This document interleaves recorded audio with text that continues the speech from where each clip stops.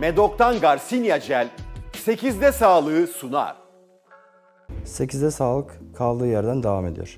8'de sağlıkta bugün değerli hocamız ortodonti uzmanı Özlem Aylıkçı. Hoş geldiniz hocam. Hoş bulduk. Hoş geldiniz. Hoş bulduk. Hocam isminizi söylerken de önüne koyduk zaten ortodonti uzmanı diye. Ortodonti nedir hocam? Bize biraz açıklayabilir misiniz? Ortodontik kelime anlamı olarak düzgün diş demek. Latinceden geliyor. Orto ve odontos kelimelerinin birleşiminden meydana geliyor. Düzgün diş, yani ortodontist de dişleri düzelten uzmanlara verdiğimiz isim. Dişlerimizde çapraşıklıklar, eğrilikler, boşluklar, yamukluklar olduğu zaman bizim işimiz onları düzeltmek, düzgün bir şekilde sıralamak. Aslına bakarsanız kelime anlamı olarak böyle olmasına rağmen içerik olarak baktığımızda insanları gülümseten, daha güzel gülmelerini ve gülmeyi istemelerini sağlayan, aslında onlara bir nevi güldükçe daha fazla gülmeyi, mutluluğu veren uzmanlar olarak görüyorum ben ortodontistleri. Peki bu tel tedavisinden bahsetmek istiyorum. Tel tedavisi aslında tel takıldıktan sonra bana çok sempatik gelebiliyor ama birçok insan bu tel tedavisinde görünümünden, bu metal görünümünden rahatsız olabiliyor. Gülümsemekten çekiniyor. Bunun genel sebepleri nedir? Aslında dişlerimiz insanların yüzüne baktığımızda ilk dikkat çeken yerlerdir. Ön dişlerimiz, özellikle ön altı dişimiz estetik olarak hem estetik hem fonksiyon hem de konuşmada oldukça etkili. Ön dişlerinde bozukluk olan insanlar genelde gülümsemeden çekiniyorlar. Ömürleri boyunca gülemediklerini, dişlerini göstermediklerini ve göstermemek için gülmemeyi alışkanlık haline getirdiklerini söyleyerek geliyorlar bu hastalar. Bu yüzden tedavi olmak istediklerini ve özellikle erişkin hastalarda ama tedavi olurken de yine gülemediklerini, işte metal teller takıldığı için dişlerini göstermek istemediklerini, işte bu yaştan sonra tedavi olur mu, bu yaştan sonra tel takılır mı, başka insanlardan alacakları tepkiler sebebiyle bize gelenler genelde belli bir yaşa kadar gülmesini saklamış, gülememiş ve tedavi sırasında da gülemeyen insanlar. Ama biz bazı estetik uygulamalarla, günümüzde gelişen estetik uygulamalarla bunu sağlayabiliyoruz. Yani hasta ortodontik tedaviye başladıktan sonra, özellikle de ön dişlerinde bazı değişiklikleri, gelişmeleri görmeye başladıktan sonra rahatça gülmeye başlıyor. Tedaviye başlıyoruz, bir 3 ay sonra hasta bize geliyor, artık gülebilmeye başladım diyor. Bu çok güzel bir şey, çok önemli bir şey. Aslına bakarsanız sadece dişleri değiştiriyormuşuz gibi görünse de o hastanın hayatında çok şeyi değiştirmiş oluyoruz biz. Hasta yanak ve dudak kasları bile değişmeye başlıyor aslında gülebildikten sonra. Artık fotoğraflarda gülerek resimler vermeye başlıyor. Bunu tedavi devam ederken yapabiliyor olması da estetik uygulamaların bize getirdiği bir avantaj. Bu yüzden birçok insan daha fazla gülmeye başlıyor artık diyebilirim ortodontik tedaviyle beraber. Hocam çok duyuyoruz. Şeffaf plak nedir? Şeffaf plak da aslında ortodontik tedavi yapmanın bir yolu. Dişleri düzeltmek ortodontik tedavi. Bunu yapmanın bir sürü yolu var. Antik çağlardan beri gelmiş, işte zamanında eski kalıntılarda da bulunmuş. Dişlere bantlar yapıştırılmış, büyük teller yapıştırılmış. Sonra braketler, işte hepsini tek tek bantlayıp teller bükülmüş vesaire. Zorlu yöntemlerle bu iş antik çağlardan beri yapılıyor.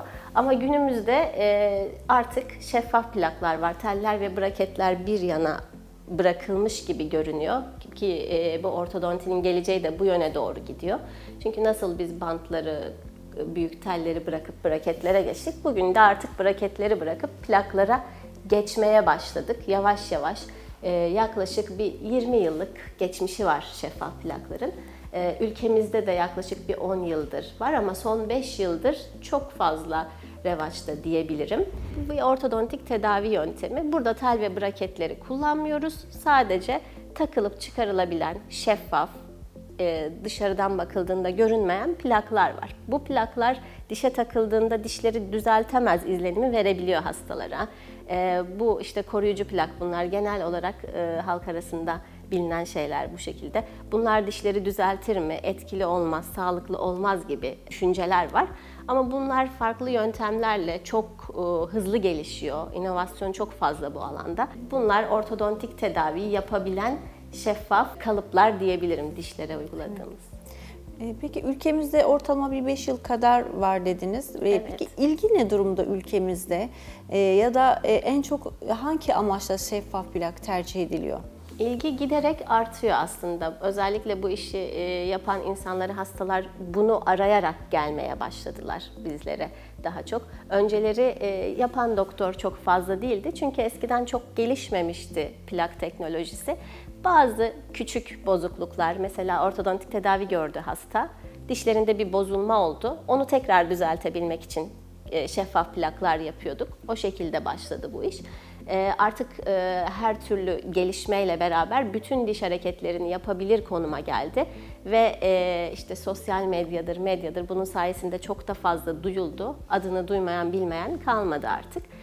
Birçok tedaviyi de yapabildiği için hastalar ben şeffaf plak tedavisi olmak istiyorum, bu şekilde dişlerimi düzeltmek istiyorum diye bize gelmeye başladılar. İlgi çok artmış durumda ülkemizde. Belli bir yaşa kadar özellikle ortodontik problemi olmuş ve bu ortodontik tedaviye başlamamış belli korkuları yüzünden estetik görünüm, işte ağrı, kötü bir gülümseme, işte tellerin vereceği sıkıntılar, batmalar, acıtmalar ya da dışarıdan gelecek tepkiler gibi korkularla ortodontik tedaviyi belli bir yaşa kadar ertelemiş olan insanlar çok fazla.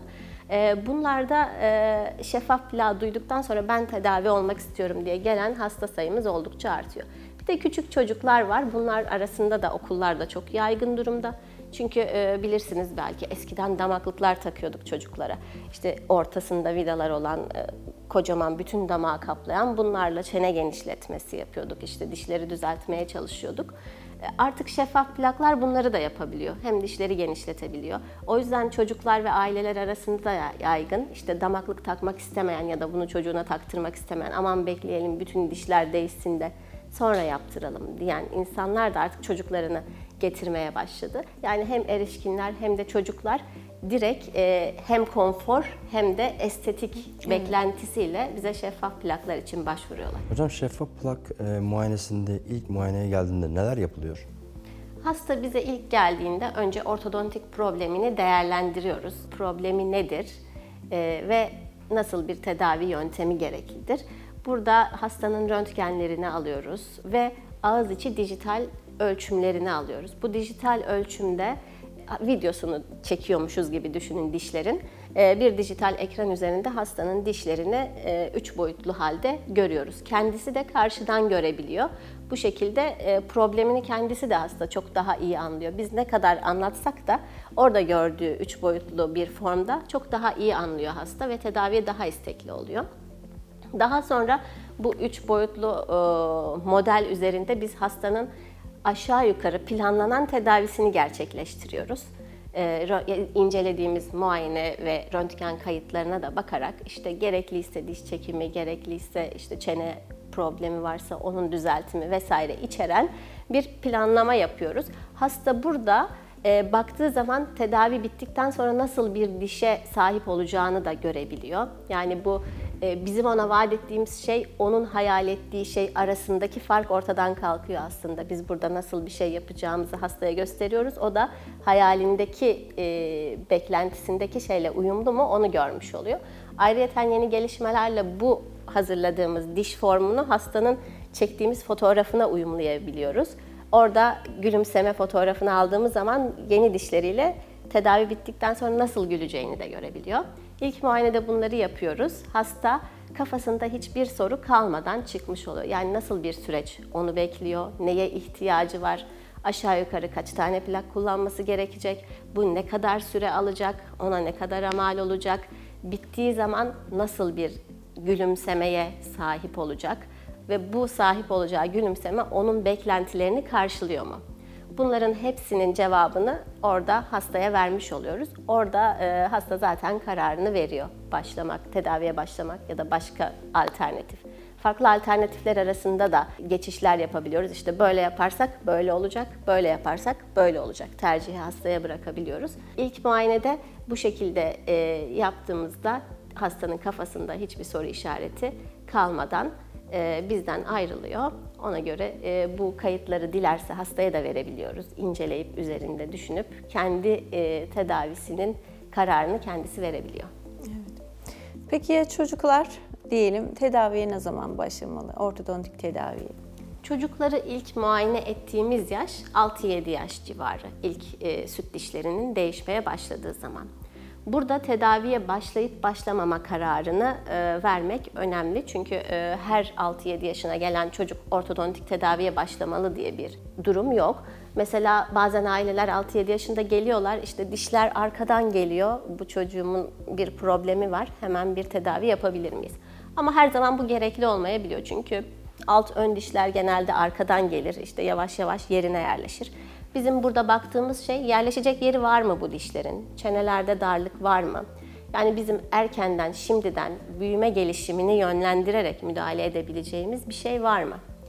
Eğer varsa bu konuda da hastayı bilgilendiriyoruz. Bazen ufak problem oluyor ve ilk aşamada bunu çözebiliyoruz. Bazen de 2 aşamalı tedavi yapmak zorunda kalıyoruz. Yani çocuk süt ve karışık dişli dönemdeyken çenelere genişleterek daimi dişlere yer hazırlıyoruz.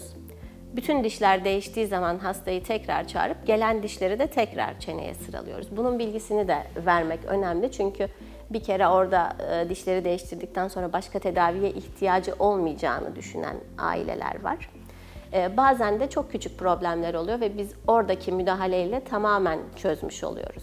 Yani bu çocuklarda süt dişli dönemde tedavimizin 2 aşaması var. Birincisi oluşabilecek ortodontik problemleri tamamen ertelemek. İkincisi de ileride olacak olması %100 kesin olan ortodontik tedaviyi daha kolaylaştırmak. İlk aşamada yeri hazırlamak, ikinci aşamada da kalan problemleri düzeltmek. Çocuklarda o yüzden erken müdahale bazen çok önemli. Erken müdahale ettiğimiz zaman çocuğu ileride bir diş çekiminden, gömülü kalmış bir dişten, belki bir cerrahi operasyondan kurtarmış oluyoruz. O yüzden aile çocuğuna ileriye yönelik bir yatırım yapmak istiyorsa ortodonti uzmanına göstermeli. Bazen de çocukların çok problemi olmuyor ama ön dişlerinde çok ciddi eğrilikler olabiliyor. O zaman da o bölgedeki dişleri düzeltmek, ön 4 dişi bazen sadece ön 4 dişi düzelttiğimiz hastalar da oluyor. Diğer dişleri yok ama çocuk sosyal ortamda gülümseyemiyor. Arkadaşları arasında ki bilirsiniz çocuklar çok acımasız, evet, birbirlerine karşı bazen kötü yorumlarda bulunabiliyorlar. Bu da psikolojilerini etkiliyor. Biz o ön 4 dişi sadece düzelttiğimiz zaman bile o çocuğun hayatı değişiyor, ilkokul hayatı değişiyor diyebilirim. O yüzden bu tarz problemler çocuklarda çok sık karşılaştığımız ve uyguladığımız şeyler. Çok teşekkürler hocam. Ayağınıza sağlık. Çok güzel ve çok değerli bilgiler verdiniz. Çok teşekkür ederim. Sağ olun. 8'de Sağlık'ta bugün değerli hocamız ortodonti uzmanı Özlem Aylıkçı'yı misafir ettik. 8'de Sağlık tüm hızıyla devam ediyor. Medok'tan Garcinia Jel 8'de sağlığı sundu.